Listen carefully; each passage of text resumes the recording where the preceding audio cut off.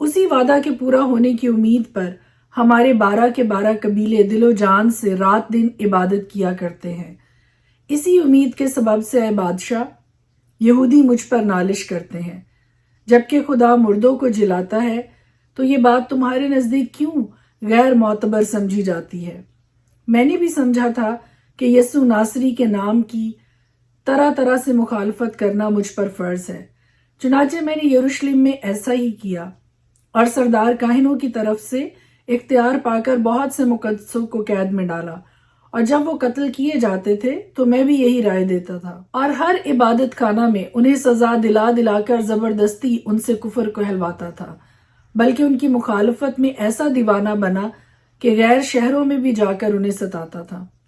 اسی حال میں سردار کاہنوں سے اختیار اور پروانے لے کر دمشق کو جاتا تھا۔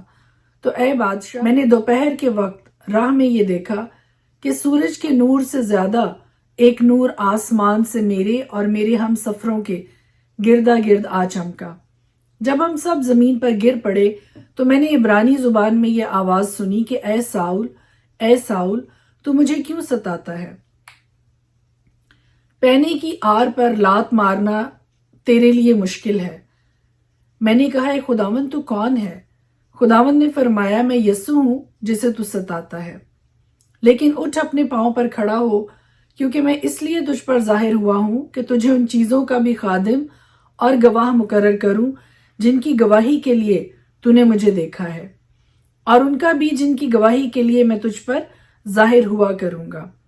اور میں تجھے اس امت اور غیر قوموں سے بچاتا رہوں گا جن کے پاس تجھے اس لیے بھیجتا ہوں کہ تو ان کی آنکھیں کھول دے، تاکہ اندھیرے سے روشنی کی طرف اور شیطان کے اختیار سے خدا کی طرف رجوع لائیں، اور مجھ پر ایمان لانے کے باعث گناہوں کی معافی اور مقدسوں میں شریک ہو کر میراث پائیں۔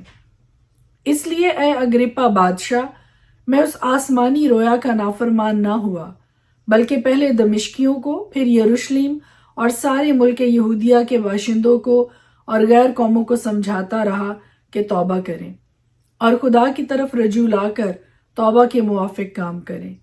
انہی باتوں کے سبب سے یہودیوں نے مجھے ہیکل میں پکڑ کر مار ڈالنے کی کوشش کی، لیکن خدا کی مدد سے میں آج تک قائم ہوں اور چھوٹے بڑے کے سامنے گواہی دیتا ہوں، اور ان باتوں کے سوا کچھ نہیں کہتا جن کی پیشین گوئی نبیوں اور موسیٰ نے بھی کی ہے، کہ مسیح کو دکھ اٹھانا ضرور ہے، اور سب سے پہلے وہی مردوں میں سے زندہ ہو کر اس امت کو اور غیر قوموں کو بھی نور کا اشتہار دے گا۔ جب وہ اس طرح جواب دہی کر رہا تھا تو فیستس نے بڑی آواز سے کہا، اے پولس، تو دیوانہ ہے، بہت علم نے تجھے دیوانہ کر دیا ہے۔ پولس نے کہا، اے فیستس بہادر، میں دیوانہ نہیں بلکہ سچائی اور ہوشیاری کی باتیں کہتا ہوں۔ چنانچہ بادشاہ جس سے میں دلیرانہ کلام کرتا ہوں یہ باتیں جانتا ہے، اور مجھے یقین ہے کہ ان باتوں میں سے کوئی اس سے چھپی نہیں، کیونکہ یہ ماجرا کہیں کونے میں نہیں ہوا۔ اے اگرپا بادشاہ، کیا تو نبیوں کا یقین کرتا ہے؟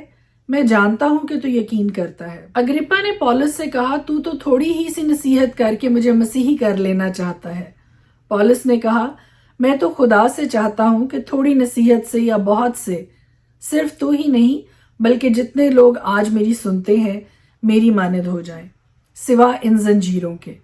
تب بادشاہ اور حاکم اور برنکے اور ان کے ہم نشین اٹھ کھڑے ہوئے اور الگ جا کر ایک دوسرے سے باتیں کرنے اور کہنے لگے کہ یہ آدمی ایسا تو کچھ نہیں کرتا جو قتل یا قید کے لائق ہو۔ اگرپا نے فیستس سے کہا کہ اگر یہ آدمی کیسر کے ہاں اپیل نہ کرتا تو چھوٹ سکتا تھا۔ بڑی ہی خوش دلی کے ساتھ آپ کو میں یہ بتانا چاہتی ہوں کہ ہم پیدائش کی کتاب کل ختم کر چکے ہیں، اور آج ہم پڑھنا شروع کریں گے خروج کی کتاب، اور خروج کی کتاب کے پہلے 2 ابواب کی تلاوت آج ہم خدا کے پاک روح کی ہدایت و رہنمائی سے کریں گے۔ اور خروج کی کتاب اس کے پہلے باب میں یوں لکھا ہے، اسرائیل کے بیٹوں کے نام جو اپنے اپنے گھرانے کو لے کر یعقوب کے ساتھ مصر میں آئے یہ ہیں: روبن، شمعون، لاوی، یہودا، اشکار، زبولون، بنیامین، دان، نفتالی، آشر، جد، اور سب جانیں جو یعقوب کے صلب سے پیدا ہوئیں 70 تھی، اور یوسف تو مصر میں پہلے ہی سے تھا، اور یوسف اور اس کے سب بھائی اور اس پشت کے سب لوگ مر مٹے، اور اسرائیل کی اولاد برومند اور کثیر التعداد اور فراوان اور نہایت زوراور ہو گئی، اور وہ ملک ان سے بھر گیا۔ تب مصر میں ایک نیا بادشاہ ہوا جو یوسف کو نہیں جانتا تھا، اور اس نے اپنی قوم کے لوگوں سے کہا، دیکھو اسرائیلی ہم سے زیادہ اور قوی ہو گئے ہیں، سو آؤ ہم ان کے ساتھ حکمت سے پیش آئیں، تا نہ ہو کہ جب وہ اور زیادہ ہو جائیں اور اس وقت جنگ چھڑ جائے تو وہ ہمارے دشمنوں سے مل کر ہم سے لڑیں اور ملک سے نکل جائیں۔ اس لیے انہوں نے ان پر بیگار لینے والے مقرر کیے جو ان سے سخت کام لے لے کر ان کو ستائیں۔ سو انہوں نے فرعون کے لیے ذخیرہ کے شہر پتوم اور رامسس بنائے، پر انہوں نے جتنا ان کو ستایا وہ اتنا ہی زیادہ بڑھتے اور پھیلتے گئے، اس لیے وہ لوگ بنی اسرائیل کی طرف سے فکر مند ہو گئے، اور مصریوں نے بنی اسرائیل پر تشدد کر کے ان سے کام کرایا، اور انہوں نے ان سے سخت محنت سے گارا اور اینٹ بنوا کر اور کھیت میں ہر قسم کی خدمت لے لے کر ان کی زندگی تلخ کی۔ ان کی سب خدمتیں جو وہ ان سے کراتے تھے تشدد کی تھی۔ تب مصر کے بادشاہ نے عبرانی دائیوں سے، جن میں ایک کا نام سفرا اور دوسری کا فوا تھا، باتیں کی اور کہا کہ جب عبرانی عورتوں کے تم بچہ جناؤ اور ان کو پتھر کی بیٹھکوں پر بیٹھی دیکھو تو اگر بیٹا ہو تو اسے مار ڈالنا، اور اگر بیٹی ہو تو وہ جیتی رہے۔ لیکن وہ دائیاں خدا سے ڈرتی تھیں، سو انہوں نے مصر کے بادشاہ کا حکم نہ مانا، بلکہ لڑکوں کو جیتا چھوڑ دیتی تھیں۔ پھر مصر کے بادشاہ نے دائیوں کو بلوا کر ان سے کہا، تم نے ایسا کیوں کیا کہ لڑکوں کو جیتا رہنے دیا؟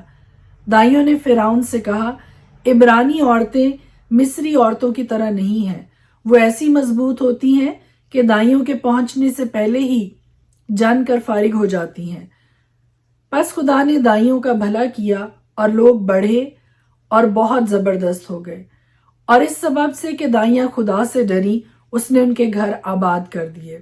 اور فرعون نے اپنی قوم کے سب لوگوں کو تاکیداً کہا کہ ان میں جو بیٹا پیدا ہو تم اسے دریا میں ڈال دینا، اور جو بیٹی ہو اسے جیتی چھوڑنا۔ خروج کی کتاب اس کا 2 باب۔ اور لاوی کے گھرانے کے ایک شخص نے جا کر لاوی کی نسل کی ایک عورت سے بیاہ کیا، وہ عورت حاملہ ہوئی اور اس کے بیٹا ہوا، اور اس نے یہ دیکھ کر کہ بچہ خوبصورت ہے 3 مہینے تک اسے چھپا کر رکھا، اور جب اسے اور زیادہ چھپا نہ سکی تو اس نے سرکنڈوں کا ایک ٹوکرا لیا اور اس پر چکنی مٹی اور رال لگا کر لڑکے کو اس میں رکھا اور اسے دریا کے کنارے جھاؤ میں چھوڑا، اور اس کی بہن دور کھڑی رہی تاکہ دیکھے کہ اس کے ساتھ کیا ہوتا ہے۔ اور فرعون کی بیٹی دریا پر غسل کرنے آئی، اور اس کی سہیلیاں دریا کے کنارے کنارے ٹہلنے لگیں۔ تب اس نے جھاؤ میں وہ ٹوکرا دیکھ کر اپنی سہیلی کو بھیجا کہ اسے اٹھا لائے۔ جب اس نے اسے کھولا تو لڑکے کو دیکھا اور وہ بچہ رو رہا تھا۔ اسے اس پر رحم آیا اور کہنے لگی، یہ کسی عبرانی کا بچہ ہے۔ تب اس کی بہن نے فرعون کی بیٹی سے کہا، کیا میں جا کر عبرانی عورتوں میں سے ایک دائی تیرے پاس بلا لاؤں جو تیرے لیے اس بچے کو دودھ پلایا کرے؟ فرعون کی بیٹی نے اسے کہا، جا۔ وہ لڑکی جا کر اس بچے کی ماں کو بلا لائی۔ فرعون کی بیٹی نے اسے کہا، تو اس بچے کو لے جا کر میرے لیے دودھ پلا، میں تجھے تیری اجرت دیا کروں گی۔ وہ عورت اس بچے کو لے جا کر دودھ پلانے لگی۔ جب بچہ کچھ بڑا ہوا تو وہ اسے فرعون کی بیٹی کے پاس لے گئی، اور وہ اس کا بیٹا ٹھہرا، اور اس نے اس کا نام موسیٰ یہ کہہ کر رکھا کہ میں نے اسے پانی سے نکالا۔ اتنے میں جب موسیٰ بڑا ہوا تو باہر اپنے بھائیوں کے پاس گیا، اور ان کی مشقتوں پر اس کی نظر پڑی، اور اس نے دیکھا کہ ایک مصری اس کے ایک عبرانی بھائی کو مار رہا ہے۔ پھر اس نے ادھر ادھر نگاہ کی، اور جب دیکھا کہ وہاں کوئی دوسرا آدمی نہیں ہے تو اس مصری کو جان سے مار کر اسے ریت میں چھپا دیا۔ پھر دوسرے دن وہ باہر گیا اور دیکھا کہ 2 عبرانی آپس میں مار پیٹ کر رہے ہیں۔ تب اس نے اسے جس کا قصور تھا کہا کہ تو اپنے ساتھی کو کیوں مارتا ہے؟ اس نے کہا، تجھے کس نے ہم پر حاکم یا منصف مقرر کیا؟ کیا جس طرح تو نے اس مصری کو مار ڈالا مجھے بھی مار ڈالنا چاہتا ہے؟ تب موسیٰ یہ سوچ کر ڈرا کہ بلا شک یہ بھید فاش ہو گیا۔ جب فرعون نے یہ سنا تو چاہا کہ موسیٰ کو قتل کرے، پر موسیٰ فرعون کے حضور سے بھاگ کر ملک مدیان میں جا بسا۔ وہاں وہ ایک کنویں کے نزدیک بیٹھا تھا اور مدیان کے کاہن کی 7 بیٹیاں تھیں۔ وہ آئیں اور پانی بھر بھر کر کٹروں میں ڈالنے لگیں تاکہ اپنے باپ کی بھیڑ بکریوں کو پلائیں، اور گڈریے آ کر ان کو بھگانے لگے۔ لیکن موسیٰ کھڑا ہو گیا اور اس نے ان کی مدد کی اور ان کی بھیڑ بکریوں کو پانی پلایا۔ اور جب وہ اپنے باپ روئیل کے پاس لوٹی تو اس نے پوچھا کہ آج تم اس قدر جلد کیسے آ گئیں؟ انہوں نے کہا، ایک مصری نے ہم کو گڈریوں کے ہاتھ سے بچایا اور ہمارے بدلے پانی بھر بھر کر بھیڑ بکریوں کو پلایا۔ اس نے اپنی بیٹیوں سے کہا کہ وہ آدمی کہاں ہے؟ تم اسے کیوں چھوڑ آئیں؟ اسے بلا لاؤ کہ روٹی کھائے۔ اور موسیٰ اس شخص کے ساتھ رہنے کو راضی ہو گیا۔ تب اس نے اپنی بیٹی صفورہ موسیٰ کو بیاہ دی، اور اس کے ایک بیٹا ہوا، اور موسیٰ نے اس کا نام جرسوم یہ کہہ کر رکھا کہ میں اجنبی ملک میں مسافر ہوں۔